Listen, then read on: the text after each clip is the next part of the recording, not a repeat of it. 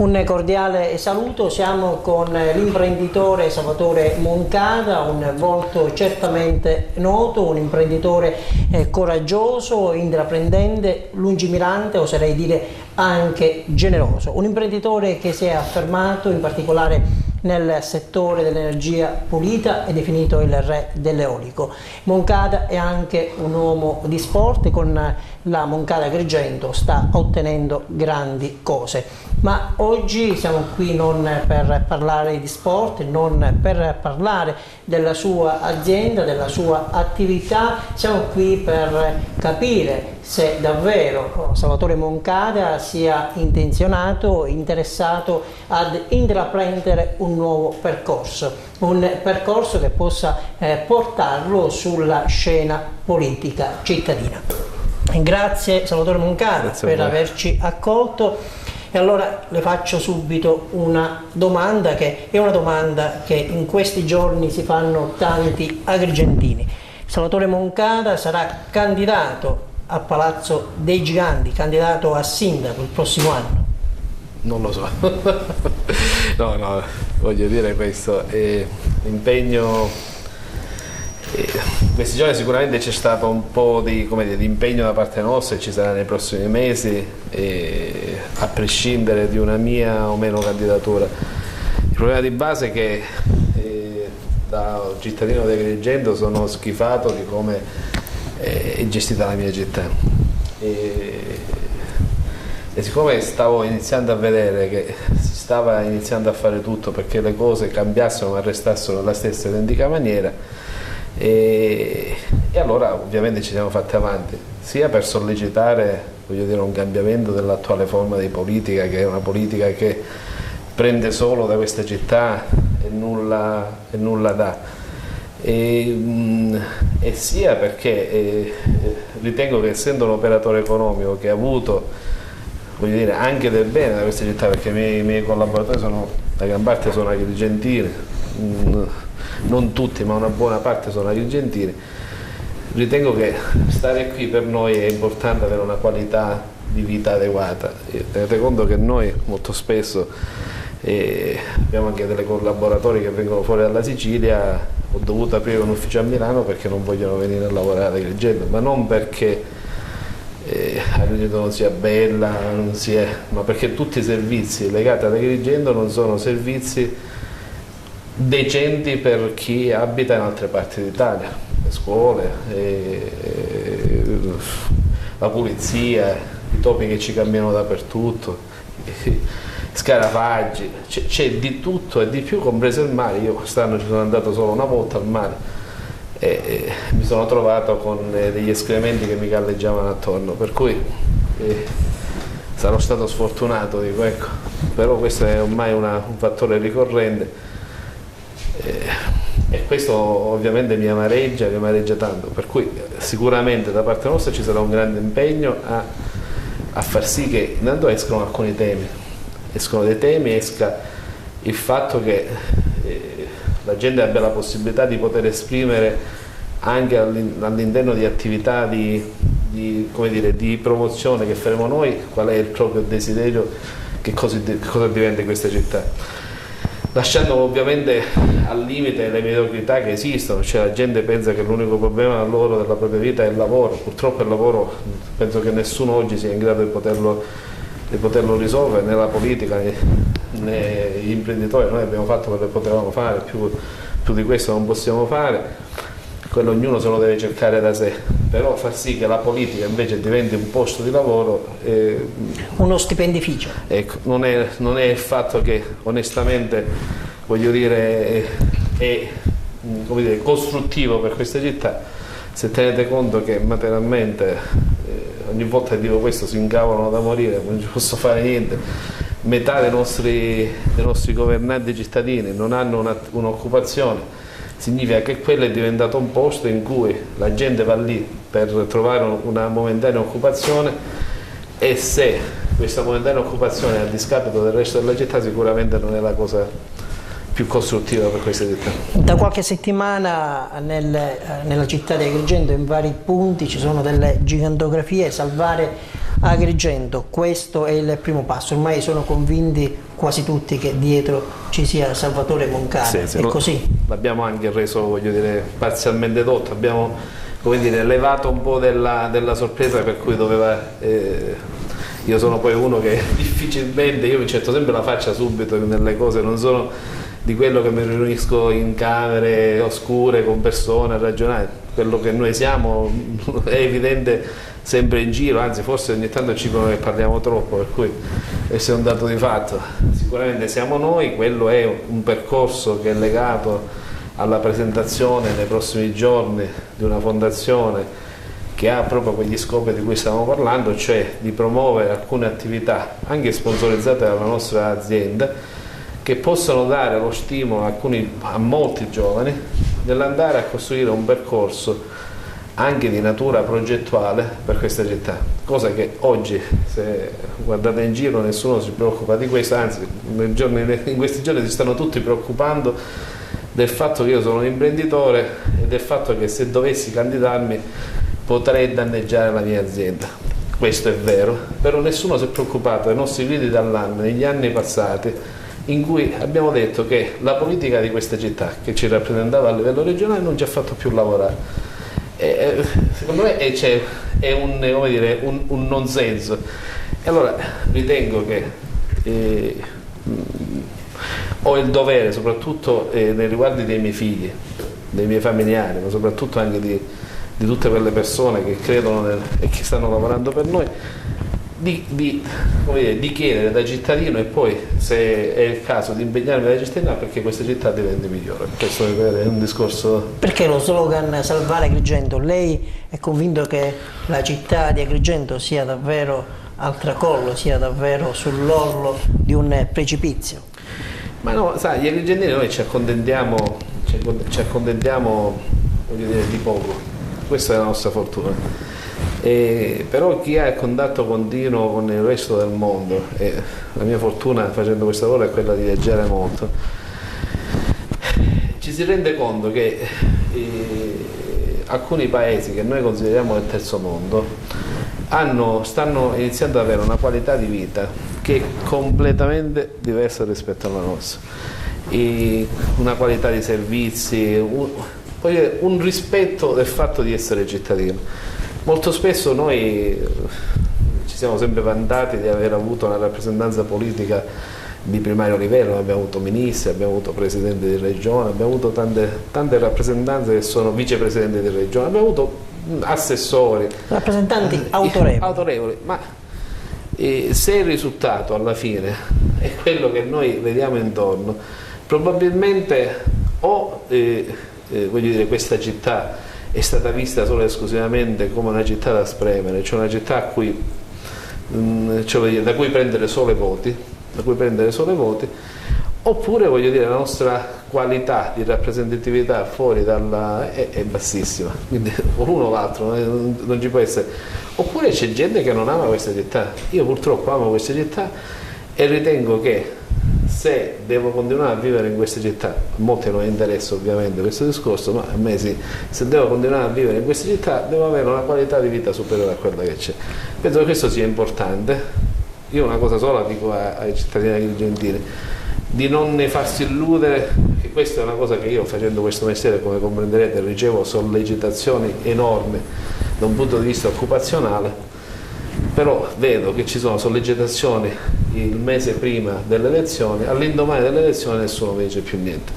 E allora, siccome è difficile che io possa dare riscontro solo perché c'è una sollecitazione, e vi posso dire che quando abbiamo dato un riscontro da un punto di vista come dire, politico, perché l'abbiamo anche fatto, molto spesso posso dire che abbiamo assunto i peggiori dipendenti che avevamo. Per cui il problema di base qual è? Qua bisogna cambiare la meritocrazia. Il problema di base è qua, deve essere il merito che deve essere premiante di questa cosa. Ed è, per chiudere questo concetto, ed è quello che ho detto a diversi politici a cui ho detto che ci sarà il nostro impegno in tal senso. Ho detto, io otterrò ad ogni modo, sia che mi candidi che non mi candidi, otterrò ad ogni modo come dire, o che vinco che perda, sicuramente raggiungerò il mio obiettivo, perché se non mi candido significa che avranno messo in campo una persona che è degna di rappresentare questa città, a prescindere dal colore politico. Quindi dipende anche dalle mosse che certo, è naturale, anche, verranno fatte nello scacchiere complessivo della politica agrigentina. Non c'è dubbio, la mia ambizione non è quella di andare a fare politica, io faccio l'imprenditore, voglio far diventare più grossa la mia azienda. Ma se da un lato vedo che questa città deve continuare a essere maltrattata o deve essere governata da persone che sono incapaci, pur essendo brave persone, ma incapaci di gestione di una città e delle difficoltà di una città, probabilmente scenderò in campo. Se vedo che la politica è in grado di, come dire, di fare una selezione e di mettere in campo un personaggio che sia tale da poter come dire, risolvere alcuni dei problemi di questa città, e io ritengo che sia anche abbastanza facile risolvere alcuni problemi di questa città. Continuo a dirlo e voglio dire, si dice che non ci sono risorse, si dice perfetto, però quando noi abbiamo parlato di risorse, di alcune cose, col sindaco di Porto Empedocle che ci siamo guardati le volevo chiedere questo. Lei dice di amare tanto la città di Agrigento, però poi concretamente ha investito sulla città di Porto Empedocle. Perché? Ma è semplicissimo, cioè non è che, penso che sia ormai su tutte le pagine dei giornali e queste cose. Cioè, Agrigento è una città in cui si è parlato di fare una via pista, e in consiglio comunale si parlava del fatto che io avevo una barca, un aereo, io non ho la barca, ce l'ha mio fratello, e un consigliere che poi è stato da me pure denunziato, e evidenziava il fatto che io atterravo con l'elicottero a Porto Empedocle quando sono i miei soci svizzeri che vengono con l'elicottero, come se questa fosse una colpa. Cioè, non è che in questa città si pensa più gente all'elicottero, più è un fattore di economia che viene di economia, cosa che succede in tante altre parti del mondo. E io ho un amico americano che mi dice: guarda, io litigo continuamente col mio vicino di casa perché i miei figli fanno rumore, però un giorno io sono rimasto scioccato perché è siciliano, sono arrivato con la mia macchina nuova, il mio Mercedes nuovo, e quello è sceso e mi ha fatto i complimenti, e che io la siciliana non capivo bene. Dopo diversi anni che sono stato in America, il fatto del miglioramento sociale ed economico del mio vicino di casa non è qualcosa che io devo invidiare, è un problema al contrario, devo tentare di fare di più di quello che fa quello. Deve essere un modello da seguire. Deve essere un modello. Purtroppo da noi invece il modello da seguire è l'inversione, cioè quella di premiare la mediocrità, questo succede, e di essere quanto più mediocre possibile, cioè quello di, come dire, di essere invidiosi del fatto che io sono un mediocre. Invece penso che se uno vede una persona che va avanti non deve essere invidiosa, ma deve tentare di superare la propria mediocrità. Penso che sia la cosa normale da questo punto di vista.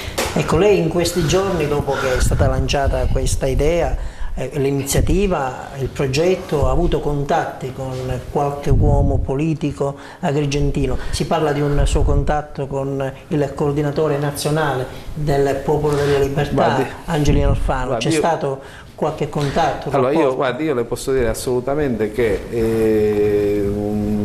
ho visto il sindaco Firetto nella qualità di segretario dell'UDC, ho visto l'onorevole capo di casa, ho visto il consigliere Arnone, ho visto il deputato Scalia, ho sentito 3 minuti il coordinatore nazionale del PDL per telefono, 2 minuti, questa situazione, per cui penso di aver visto abbastanza persone, e non le nascondo a dire, diceva mia moglie, che la quantità di inviti a cena che ci sono arrivati in questi giorni... Cosa le hanno detto? In questi giorni sarei diventato il doppio di peso, per cui questa è una città che ovviamente non... Cosa le hanno detto? No, assolutamente nulla, assolutamente. Cioè, il fatto che se dovessi valutare questa cosa, tutti mi hanno detto: noi di solito inseguiamo la persona che abbia una capacità per poterla candidare, e ci capita difficilmente. Immaginiamo se possiamo dire a una persona come c'è chi mi dà del lei, chi mi dà del tu, come lei, come tu, di mettersi da parte. Non lo faremo mai, Non lo faremo mai. Io ho detto che non potrò mai essere il candidato di una bandiera politica, se sono il candidato di me stesso e di una lista civica. Poi se la città, anziché continuare a rompersi come succede, perché oggi non è più un problema di colore politico, questa è una cosa poi che si tende a prendere in giro gli altri, ma oggi si parla a livello nazionale di tentare, poi non ci riuscirà mai per diversi motivi, perché ormai la ruggine che si è creata, ma in un momento di difficoltà come questo, cioè non si può pensare a continuare a dividere, cioè non si può pensare a fare elezioni uno contro tutti. Penso che questo sia un momento di cominciare a pensare ai veri problemi dei cittadini, e cominciare a tentare di trovare determinate soluzioni, perché vedete oggi sembra che sia molto difficile quello che sta succedendo, ma io ritengo che nei prossimi anni sarà ancora di più, molto di più, per cui o uno inizia, come dire, a pensare. Guardate, io nel 98 facevo il costruttore, avevamo discreti fatturate, ero una media azienda siciliana che lavorava fuori alla Sicilia, e a un certo punto i miei collaboratori hanno detto così non va, perché noi fra 3-4 anni si fallisce, perché ovviamente in giro si vedeva già l'andamento che stava prendendo il nostro mercato. Stesso discorso identico, e oggi dal punto di vista della gestione amministrativa della nostra città, continuando così, le nostre città andranno sempre più, si arriverà al punto dove non si potranno pagare gli stipendi dei dipendenti e dipendenti, per cui o si innesca un nuovo comportamento che è anche quello di far diventare un po' imprenditore pure i comuni, cioè tentare di utilizzare le risorse che noi abbiamo sul nostro territorio per portare redditualità all'interno dei comuni e quindi dare servizi ai cittadini, oppure materialmente nei prossimi anni, soprattutto i 300 precari che ci sono al comune di Agrigento, sicuramente avranno, perché è lì dove si andrà a iniziare a tagliare prima di tutto, perché oggi il bilancio del comune di Agrigento, mi dicono, perché non l'ho guardato, l'85% sono stipendi e dipendenti. E allora, se le risorse vanno sempre più diminuendo, i cittadini hanno sempre più difficoltà a pagare le tasse, è ovvio che quello sarà il prossimo passo, o c'è una gestione più manageriale, che la possa fare un politico, un imprenditore, non cambia nulla, più manageriale del comune, oppure il rischio che nei prossimi anni avremo delle tensioni sociali che oggi al sud vediamo un po' di meno, perché c'è quella forma dell'arrangiarsi che ci contraddistingue, ma quando potranno i padri, gli zii, questo e quell'altro aiutare i propri familiari con una situazione di questo genere? Sicuramente si andrà sempre più a stringere, per cui ritengo che bisogna iniziare a guardare con un'ottica diversa e pianificatoria questa città. In un momento così particolare, in un momento di grande crisi, come lei sottolineava, ecco, un imprenditore puro come è Salvatore Moncada può davvero prendere le redini in mano di un ente locale, di un comune in questo caso, per provare a risolvere i tanti problemi legati anche e soprattutto all'aspetto finanziario. Allora, io dico una cosa, che mi verrebbe molto più facile farlo da imprenditore e non da amministratore, cioè potrei aiutare molto di più un sindaco a farlo che farlo direttamente io, perché ovviamente se io dovessi prendere le redini in una pubblica amministrazione, la mia azienda per scelta non opererà più ad Agrigento, Agrigento città, fuori da Agrigento città continuiamo a fare quello, d'altronde noi non siamo più un'azienda da Agrigento città. Ormai è un'azienda ad ampio respiro, quindi certo, dimensione fuori però dico, da imprenditore mi verrebbe più facile aiutare da questo punto di vista, ma ho tentato, cioè quando io lancio un messaggio e dico, ho tentato in piccolo, ma quando lancio un messaggio e dico scusate, ci sono le macchine che volano dal Ponte Morandi, fatevi mettere le barriere lungo il ponte, io ci metto dei pannelli all'esterno, alla fine mi sono tirato un conteggio dall'investimento che facevo ai introiti che avevo da questa cosa, mi veniva, come dire, il conteggio si chiudeva 0-0, ecco, materialmente facevo un'opera in cui da un lato non avevo costi personali, ma dall'altro lato riuscivo a dare un servizio alla città. E mi è stato detto che volevo coprire il Ponte Morandi, mi è stato detto da persone che materialmente sono lì a guadagnare fior di stipendi dei dirigenti da parte della sovrintendenza, e nessuno si è indignato di questa cosa, perché io probabilmente chissà quale cosa volevo fare con questa cosa. Ho detto in un'intervista, scusate, c'è la scuola dove va mio figlio, dove materialmente non esiste la palestra, è costruita da 10 anni, 15 anni, mai utilizzata perché c'è dell'Ethernet, c'è una cabina Enel all'interno della scuola che materialmente dicono che emetta inquinamento di natura elettromagnetico. Ho detto, guardate, le sistemo io queste cose, fatemi mettere le pannelle sul tetto in maniera tale che anche lì... La fermo un attimo, qual è la differenza allora tra Filetto e Zambuto? Ma io non parlo di differenza tra Filetto e Zambuto, il problema è la differenza tra un comune dove la macchina funziona e dove la macchina non funziona. La differenza è quella, cioè io ho visto a Porto Empedocle funzionari, poi se è la politica che gestisce queste cose io non lo so, non ci voglio neanche entrare nel merito, però dico, ho visto funzionari che alle difficoltà che esistono si sono messi lì a lavorarci per risolverle, e dall'altro lato ho visto situazioni veramente allucinanti. Ne voglio raccontare una. Io materialmente pago le royalty per i miei impianti, l'unico comune in provincia dove io non pago le royalty è il comune di Agrigento. Volete sapere perché? È semplicissimo, e tenete conto che ci sono stato attento non poco, cioè nel senso che premesso che non ho un obbligo di legge, è un obolo che il produttore dà alla città dove fa fare queste cose. C'era il sindaco, quindi è una cosa vecchia, c'era il precedente sindaco, al quale ho detto, sentite, voi mi avete approvato in ritardo rispetto alle proposte di convenzione, l'unico comune che ha approvato in ritardo, non per il consiglio comunale ma per l'apparato burocratico, cioè nel rilascio degli atti. Mi avete approvato in ritardo i miei impianti. Nonostante tutto, siccome non voglio che uno possa dire che Moncada, Annaro, Licata, Realmonte paga le royalty e ad Agrigento no, sono disposto, nonostante voi siete stati inadempienti, a sottoscrivere un contratto per questo tipo di situazione. Mi chiamano, porto la convenzione al comune, mi rimandano la convenzione tutta corretta, con la fesseria, molte cose, la più importante è una. Mettono una clausola in cui se Moncada deve vendere il proprio impianto eolico deve avere il parere preventivo del comune. Anche io ho detto, scusate, ma siete pazzi, ma l'impianto è mio. Se voi autorizzate un villino, a tutti che cosa chiedete? Che se deve vendere il villino vi deve chiedere il permesso? Cioè, non esiste. Guardate, io me ne vado, quando voi siete disposti mi chiamate. Allora, e questa è andata.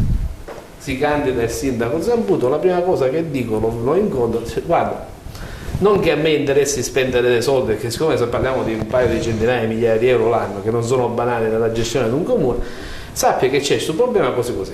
Per 2 anni il sindaco Zambuto non si fa sentire, dopo 2 anni deve pagare gli stipendi a dicembre di 2 anni fa ai dipendenti comunali. Mi chiama e dice, sai, quella situazione se vuoi la possiamo fare, tra l'altro sembrava come se mi stesse facendo una cortesia, però io ho bisogno che mi anticipi 350.000 euro.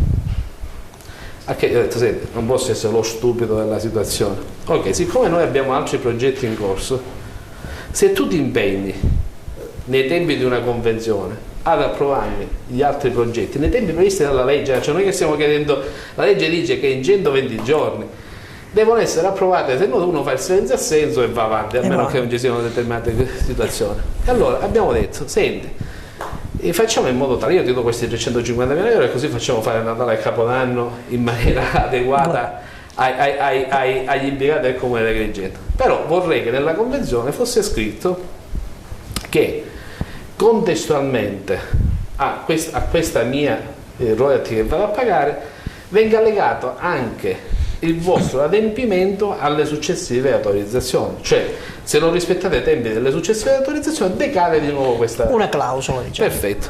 Morale della favola, non li hanno rispettati.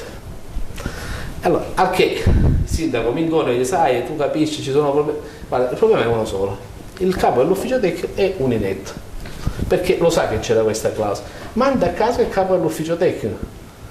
non è stato possibile. E allora oggi il Comune di Agrigento non prende royalty. Lei sulla macchina burocratica è stato sempre molto lineare, molto netto, anche contro la burocrazia regionale, ha puntato il dito più volte. Ma sai, io ritengo una cosa, che la burocrazia regionale per esempio è velocissima nel rilascio di alcune autorizzazioni. E allora se una persona paga le tasse, allora innanzitutto c'è 2 milioni di persone che parlano di legalità e trasparenza, 2 milioni, ormai la Sicilia ha 5 milioni di abitanti e 5 milioni che sono quelli che non possono parlare, cioè bambini appena nati, parlano di legalità e trasparenza, perfetto. Penso di aver dato anche qualche dimostrazione del fatto che sono uno che, voglio dire, è legale ed è trasparente nelle proprie attività. È ovvio che non posso essere illegale e non trasparente quando devo richiedere un'autorizzazione comunale o regionale, perché se no non è che uno è legale e trasparente solo con i mafiosi, o lo è con tutti o non lo è con nessuno, giusto? Il problema sa qual è? Che io faccio le denunce sull'apparato regionale e nessuno dice niente, i magistrati niente, lo faccio sui mafiosi e li arrestano. E allora dico, ma forse stiamo perdendo il concetto di legalità e trasparenza. La legalità e trasparenza è quella di dare al cittadino quello che gli spetta, E allora è ovvio che oggi questo tipo di comportamento ha fatto perdere un'opportunità al Comune di Agrigento. Noi questa opportunità non la faremo perdere, perché i soldi che dovevamo dare al Comune di Agrigento lo daremo alla Fondazione, che a sua volta darà come dire, attività e progettualità a giovani che le vogliono fare. Ecco, parliamo della Fondazione. Lei in apertura di questa nostra chiacchierata ha parlato della Fondazione, infatti su molti siti dove c'è lo slogan Agrigento, salvare Agrigento, c'è -9 meno 8, credo che si riferisca alla nascita della Fondazione. Ecco, qual è l'obiettivo di questa Fondazione? Allora, la Fondazione ha un obiettivo fondamentale, cioè, l'obiettivo fondamentale è quello di promuovere attività per lo sviluppo del territorio di Agrigento. Il primo progetto si chiamerà Salvare Agrigento, proprio quello che avete visto. La Fondazione non lo dico a noi, lo presenteremo sabato al meglio. Ce lo può anticipare? No, sabato, perché se no dico tutti gli altri, i miei collaboratori ieri si sono incavolati, dice, ma scusa, mettiamo i numeri, e tu stai dicendo prima che serve, non è il caso. Si chiama Salvare Agrigento. Il primo progetto prevede tutta una serie di attività e di premi studio o premi progetto su alcuni temi, dal campo archeologico al campo della una migliore fruizione della costa, saranno una decina di temi in cui su questo primo progetto l'idea è quella di mettere un premio a cui possono partecipare sia i cittadini di Agrigento che fuori Agrigento, per mettere in risalto come potrà essere questa città. Devo essere sincero, spero è anche un modo non tanto di far vedere quello che facciamo noi, ma è un modo per stimolare dal basso un modo di pensare diverso nei riguardi degli agrigentini. Io vi posso dire che anche lì 4 anni fa, se non ricordo male, 5 anni fa, sono stato invitato come si chiama? Da un organismo a livello nazionale che ha fatto un'attività finanziata dalla provincia regionale di Agrigento, e il progetto era Agrigento nel 2015 come la vorrei. Hanno preso imprenditori, hanno preso politici, hanno preso sindacalisti, hanno preso operatori di qualsiasi ramo sociale agrigentino e ci mettevano in diverse stanze. E la cosa che mi ha stupito tantissimo è che nell'analisi dei problemi di Agrigento tutti dicevamo le stesse cose, cioè avevamo le idee abbastanza chiare quali fossero i problemi di Agrigento. Il problema è che uscendo da lì dentro poi ho visto quelle stesse persone fare altre cose completamente opposte a quello che era quello che noi avevamo detto all'interno di quelle stanze. E la cosa più grave ancora invece è che quando si è chiuso quel progetto ed è stato presentato nell'aula della provincia, nella sala della provincia di Agrigento, alla fine alla presentazione al resoconto finale di quello studio c'eravamo presenti solo io e Gaetano Pendolino e un altro paio di persone a sentire quello che era venuto fuori da questo studio, uno studio pagato 3 miliardi di lire, quindi voglio dire non era banale, quindi la nostra idea è quella di stimolare soprattutto i giovani che ormai hanno capito che stando nel codazzo di qualcuno non ottengono più niente, stimolare un modo diverso di ragionare e di pensare per ottenere qualcosa di meglio. Ecco. Se dovesse fare il sindaco, come pensa di salvare Agrigento? Allora, io ritengo che il problema fondamentale sia quello che ognuno deve fare il proprio.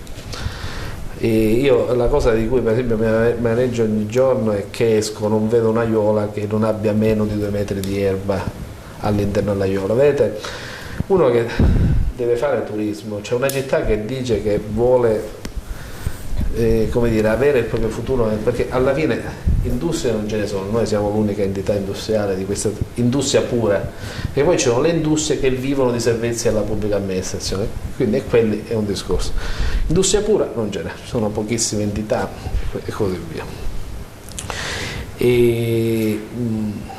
Agricoltura, sì, ci sono nel settore vitivinicolo, ma non penso che proprio l'area di Agrigento esprima qualcosa da questo punto di vista. La parte ittica sta scomparendo, cioè la parte ittica di Agrigento e Porto Empedocle, io guardo, non vedo moltissimi pescherecci. Il centro storico? Il centro storico è è abbandonato, il centro storico è abbandonato. Tutti quando diciamo Agrigento deve essere una città turistica. Se domandate al 50% degli agrigentini che se conoscono tutti i percorsi, tutte le situazioni di Agrigento, il 50% è fatta una domanda specifica, vi dirà che non la conosce. Quindi io penso che prima di tutto, prima di dare un messaggio per andare a essere una città turistica, prima ci dobbiamo appropriare noi del nostro patrimonio, e appropriarci noi significa conoscere il nostro patrimonio, pulire le aiuole, pulire le strade vicine a quell'area, essere gentili. Guarda, questi giorni mi è successo che in un ristorante vedevo che a fianco la persona si lamentava perché era stata distrattata dal punto di vista del conto, e poi il ristoratore diceva: ma sa, questi non tornano più. Ho detto: ma scusi, ma lei non ha capito nulla. Un po' per spennare. Scusi, lei non ha capito nulla. Non abbiamo alberghi lungo la fascia costiera. Allora, secondo me, prima di tutto bisogna avere le idee chiare su quelle che sono le cose che possiamo fare e non pensare che 50.000 abitanti possono campare tutti con il turismo. E quindi cominciare ad attivare con dei progetti delle visioni diverse, visioni che oggi nessuno ai cittadini di Agrigento ha implementato. Vi devo dire che tra l'altro gli agrigentini da questo punto di vista sono, pur essendo io, cioè ogni tanto quando parlo così mi dicono: ma lei di dov'è? Sono di Agrigento. E se io dovessi dare, gli agrigentini sono quelli che cercano sempre il percorso più semplice. Università, io non trovo ingegneri meccanici agrigentini, cioè io ho stampato e ho uscito i laureati degli ultimi anni dell'università di Palermo e di Catania, ingegneri meccanici di natura produttiva e progettuale agrigentini sono contati, sono 2 in un anno. E quando, se lei va in paesi limitrofi ad Agrigento, Aragona, ne trova tanti. E allora qual è il segnale di questa cosa? Che noi abituiamo i nostri figli a fare tutto più semplice, a fare meno di quello che si fa. Invece è il momento in cui si inizia a lavorare. E quindi quando dice come si può risolvere il problema da questo punto di vista? Si può risolvere creando delle attività progetto e seguendole, e poi creando delle redditualità aggiuntive al comune. Io onestamente parlo per me e dico che una delle redditualità aggiuntive che può essere trovata nel comune di Agrigento è quella di fare quello che ho fatto io, farlo come comune. Cioè, perché non pensare che il comune possa avere quegli spazi? In altre parti d'Italia si sta facendo con molta timidezza, ma si sta iniziando a fare, all'installazione di impianti di fonti rinnovabili che possono dare quelle redditualità al comune per poter poi investire nel migliorare le aiuole, nel pulire le strade, nel fare tutta una serie di situazioni. Io penso che il comune deve diventare un po' imprenditore, Ovviamente per diventare un buon imprenditore le persone non devono andare a fare e uscire. Ci vorrebbe un imprenditore? No, no, o un politico basterebbe per dare una connotazione diversa? Ci vuole una persona che abbia voglia non di gestire il denaro, il malo modo dell'apparato comunale, ma che abbia la voglia di lasciare un proprio segnale su questa terra. Poi che sia un imprenditore, che sia un artigiano, ci vuole questa volontà. E purtroppo, questo lo devo dire, oggi la politica, io l'ho visto in questi pochi giorni, la politica tende a condizionarti, a capire che cosa c'è per me, non ti dice che cosa c'è per gli altri, che cosa sei in grado di dare per gli altri. E purtroppo questo, se uno guarda tutto l'arco delle persone che oggi conosciamo nell'ambito del nostro territorio, è scoraggiante, cioè, io ho pure pensato, appoggio qualcuno, ma mi viene difficilissimo poter individuare una persona che sia fra quelli che sono gli abituati di questo arco a dire questa è una persona a cui con una mano d'aiuto anche dall'esterno uno può come dire, riuscire a ottenere magari il 25% di quello che io ho in mente. Quindi è costretto a scendere in campo? No, può darsi pure che invece, io ho detto di quelli che noi vediamo sugli schermi, ce ne sono alla dirigente, ci sono tante persone che sono ottime e che noi contiamo in questi 8 mesi di stimolare anche con questa fondazione, devo essere sincero. Se lei dovesse diventare sindaco, ecco, oggi il sindaco di Agrigento contrasta il rigassificatore, il suo punto di vista, il suo punto di osservazione rispetto a questo impianto? Io ritengo invece che, e questo è un discorso, ritengo che una società civile deve avere un mix di energia. Devo dire, io nonostante sono andato a votare no, sono andato a votare contro l'installazione di impianti di energia nucleare, ma ci sono andato quando ho visto che in Italia la logica era a posto delle rinnovabili facciamo il nucleare. In paesi civili tipo la Germania esiste un mix di energie, si fa una parte di questo, una parte di questo, una parte di questo, una parte di quest'altro, anche perché come l'energia è il veicolo fondamentale.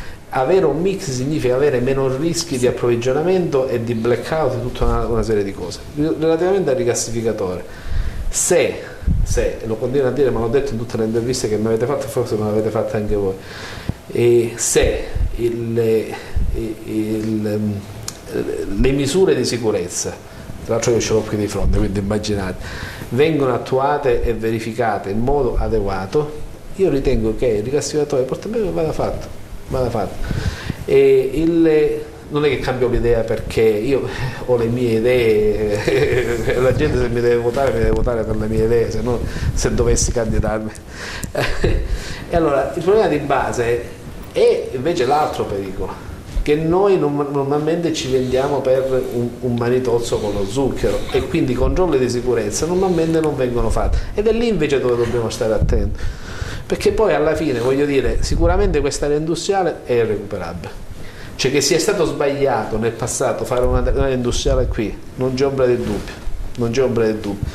Ma oggi per andare a ripristinare quest'area industriale ci vogliono 200-300 milioni di euro che nessuno metterà mai a disposizione. E allora se c'è l'area industriale a questo punto è meglio utilizzarla e tentare di trovare quelle opportunità di lavoro che sono importanti per i cittadini. E vedete, le aree industriali sul mare sono sempre diverse rispetto alle aree industriali all'interno, sono quelle che hanno un maggiore successo e così via.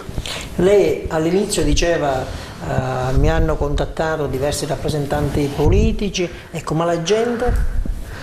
Ma io premesso che sono stato 10 giorni fuori e materialmente sono stato nelle Filippine e in Malesia dove uno pensa di andare in un paese del terzo mondo e invece trovo paesi che stanno crescendo in maniera impressionante, anche dal punto di vista economico e finanziario, grattacieli dappertutto che crescono, gru dappertutto che sono montate e così via. Ma i cittadini, io ovviamente ricevo sia con i social network sia con diversi messaggi, ovviamente il grosso dei messaggi è quello sempre di essere aiutati a trovare un'occupazione, e purtroppo su questo molto spesso come dire, devo dire che non riusciamo a dare un segnale da questo punto di vista.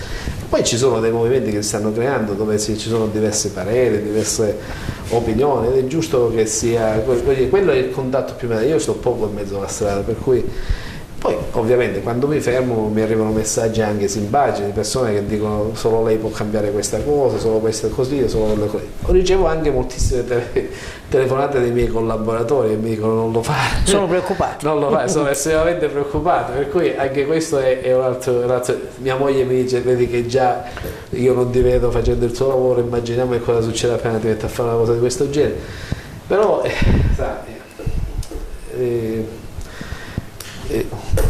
io sono nato qui e continuo a dire anche un'altra cosa, che uno può riuscire a guadagnare tutti i soldi di questo mondo, ma ognuno di noi ha un ciclo di vita che purtroppo uno può essere bravo quando vuoi, ma mio padre è morto, aveva 37 anni, io ne ho 48, quindi voglio dire, alla fine c'è un ciclo di vita che nella migliore ipotesi arriva a 90 anni, a 100 anni, ma nella migliore delle ipotesi sarebbe ottimistico. Quindi io penso che nel ciclo di vita che ognuno ha deve dare il meglio di se stesso dove si trova. Il denaro dietro non si riesce a portare, poi sono i gesti, come dire, gli esempi, e quello che riesce a costruire, che resta nella memoria delle persone. Il patrimonio immateriale, quello che alla fine resta indelebile nel ricordo. Devo essere sincero, probabilmente io dico questo forse perché io ho avuto tanto nella mia vita, soddisfazioni, alcuni dicono che sono stato un po' fortunato, alcuni dicono che sono bravo, la vita è fatta di un mix di cose. Come dice, ieri ridevo come dice l'ex presidente dell'Apple, sono tanti puntini della vita che si uniscono, e poi alla fine uno prima non sa quali sono questi puntini, poi dopo tanti anni guarda questi puntini indietro e dice guarda, tutti questi puntini avevano un senso. E allora io dico, come quelli che ha messo per salvare Agrigento. Anche è perfetto, è da lì dove. Allora, quindi la vita è fatta di tanti puntini. Io ritengo che oggi c'è un puntino che deve essere unito, che è quello del comune di Agrigento.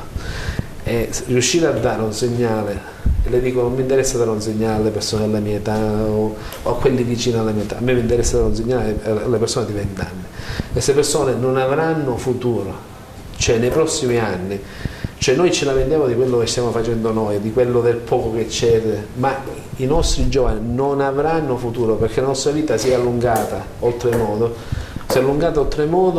no, meno male, si è allungata oltremodo, e questi ragazzi fino a 40 anni staranno a casa dei propri genitori. Se dovesse fare il sindaco fra i 5 anni, cosa vorrebbe scrivere? Ma io vorrei avere, come dire, voglio fare prima una premessa a questo discorso che lei ha detto. La mia azienda negli ultimi 5 anni ogni anno ha raddoppiato il proprio valore, cioè ha creato attività raddoppiando il proprio valore, e lo ha fatto con una logica. La logica è stata quella di farlo secondo i canoni di legge, poi qualche volta sbagliamo pure noi, secondo i canoni di legge, e non andando a bussare da nessuna parte, perché, torno a ripetere, se io avessi bussato non avrei fatto tutte quelle manifestazioni che faccio molto spesso sulla stampa. Vorrei abituare questa città ad essere normale, e normale significa che il cittadino, se deve chiedere un certificato di residenza, oggi non succede più, ma fino a qualche anno fa succedeva che andava dal politico per chiedere un certificato di residenza. Normale significa che nessuno si può permettere che entra dentro l'ufficio alle 12:05 e qualcuno gli dice ma scusi, ma perché lei non è venuto tardi. Normale significa che ognuno paga quello che deve pagare e che ognuno ha quello che deve avere. Allora, se tutte queste cose si fanno, alla fine cambia anche il concetto, che è quello che è successo a me. C'è il presupposto mentale per cui uno dice io queste cose, se non c'è quello che me le dà non le posso avere, e allora comincio a cercarmene, come io mi sono cercato la mia attività l'ho portata avanti e l'ho portata fuori anche dalla Sicilia. Quindi ritengo che avere contezza del fatto che uno può fare quelle cose perché gli tocca, perché oggi il problema fondamentale della gente è questo: la gente pensa che le cose si possono fare solo perché qualcuno gli dice che le può fare.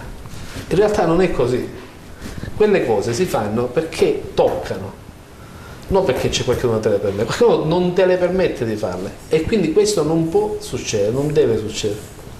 La parabola di Silvio Berlusconi è calante, è un imprenditore in politica, in quest'ultimo tempo l'immagine del Presidente del Consiglio è sotto gli occhi di tutti. Ecco, lei pensa che questo possa pesare, condizionare sotto certi aspetti la sua eventuale scesa in campo, visto che è un imprenditore puro? Ma non ne faccio una questione di vita, io premesso totalmente che ancora devo prendere questa decisione, ma che io possa essere eletto, apprezzato o non apprezzato dai cittadini, guardi, mi interessa fino a un certo punto.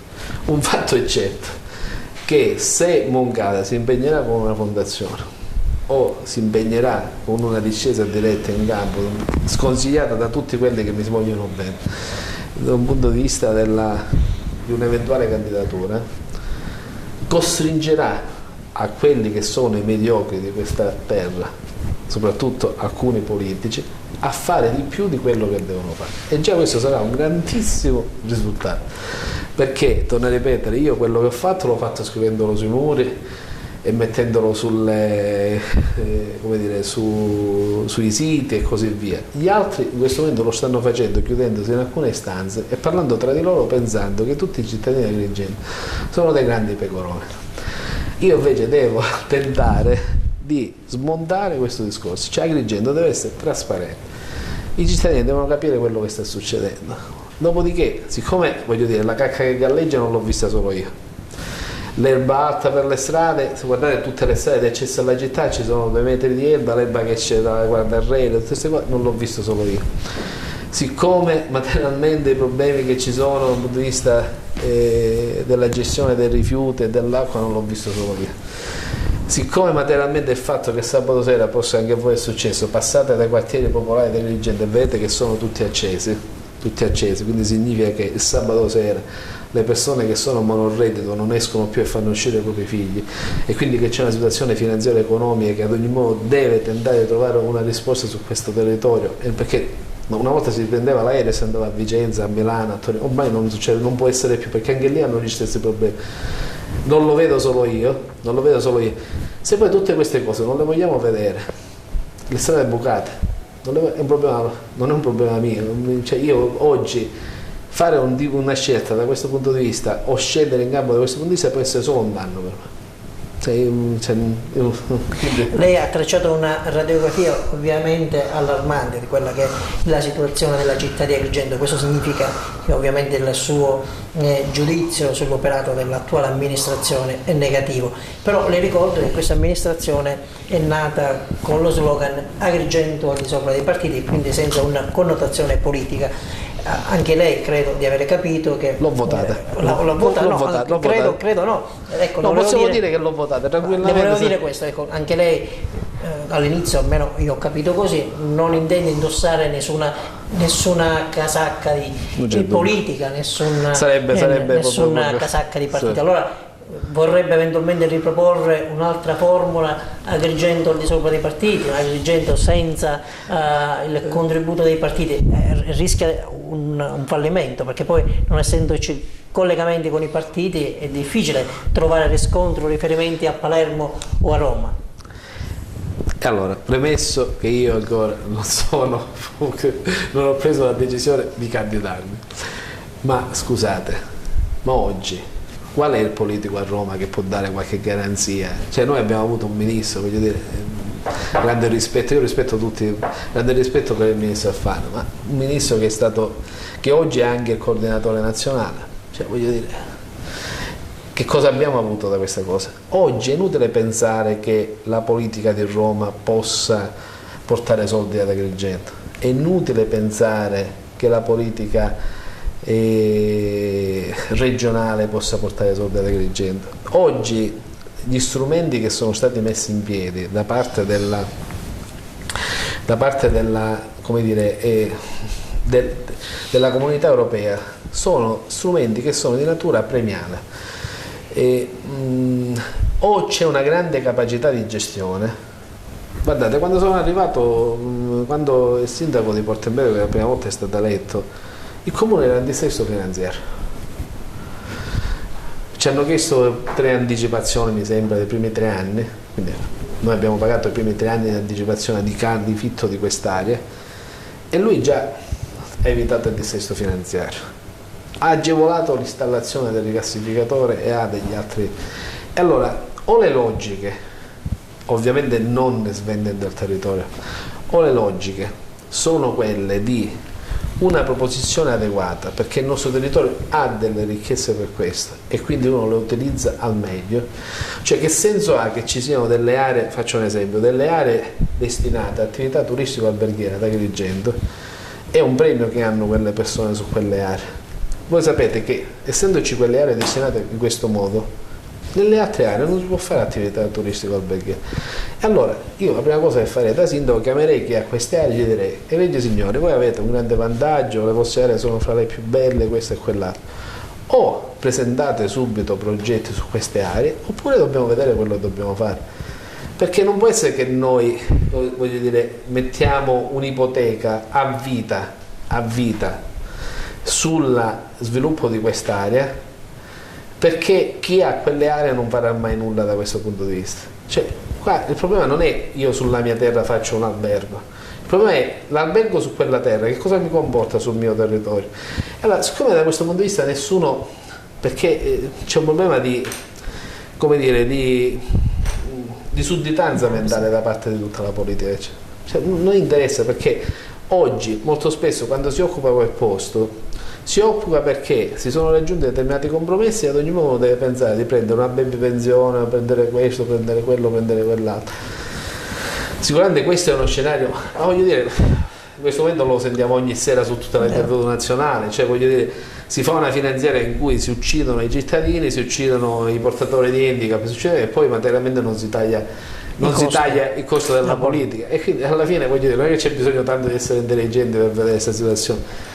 Per cui penso che invece nella logica di Agrigento e della gestione proprio di contatto diretto con i cittadini bisogna che ci sia proprio una, cioè quello che uno farebbe a casa propria. Se uno ha una casa e ha come dire, la porta d'ingresso rotta, deve tentare di capire quello che deve fare. Se io materialmente ho un'azienda e non riesco a vendere il mio prodotto, devo tentare come vendere un altro prodotto o vedere come renderlo più appetibile. Normalissimo. E così è Agrigento. Ci avviamo a conclusione. L'ultima domanda: con i costi della politica lei cosa farebbe? Ma lì ci vorrebbe una bomba, ecco, diventa estremamente difficile. Se vuole sapere se io faccio il sindaco, se prendo lo stipendio, io ci rinuncio. Questa è la prima cosa che farò. Ovviamente rinuncio alla macchina perché ho la mia macchina, rinuncio all'autista perché ho il mio autista, questo non c'è ombra di dubbio. Ma non è quello non penso sia quello che cambia il bilancio, è un mio segnale se dovessi fare il sindaco.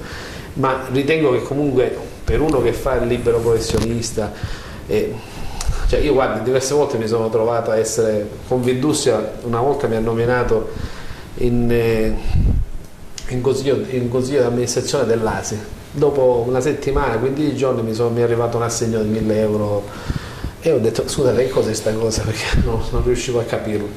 Poi dice: guarda, lei ha fatto 3 sedute, non ricordo quante che, non le aspettano 1.000 euro. Ho detto: neanche morto. Dice: ma lei mette in difficoltà gli altri. Io non è un mio problema che gli altri stanno in difficoltà, lei prende questi soldi e li devolve alla mensa della solidarietà. Fino a quando sono stato lì, i miei soldi sono andati tutti alla mensa della solidarietà, tranquillamente e serenamente. Per cui io ritengo che ho la fortuna di, in questo momento, almeno fino ad ora, speriamo che non cambiano le cose, di guadagnare abbastanza bene, per cui poi torno a ripetere, siccome il discorso un momento fa, i soldi dietro non riesco a portarli, e i miei figli voglio abituarli che devono essere loro a guadagnarsi quello che serve a loro, quindi questo è il mio principio. Bene, grazie per questa piacevole chiacchierata, noi la lasciamo ad una ponderata riflessione per capire se scendere o no in politica. Grazie per aver accettato il nostro invito. Grazie a voi. Arrivederci al prossimo appuntamento.